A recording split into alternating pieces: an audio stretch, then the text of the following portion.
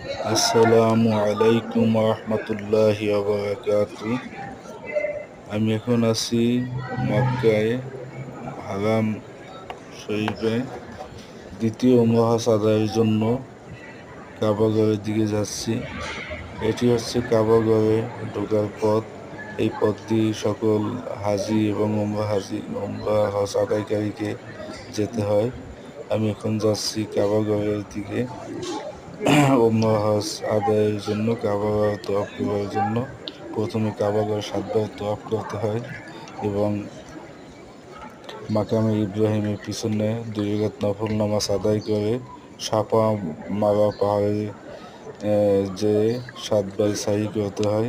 তারপর মাথা মুন্ডন করে হজের আনুষ্ঠানিকতা শেষ করতে হয়। দেখেন আমার উপরে, মাথার উপরে লাইটটা কত সুন্দর।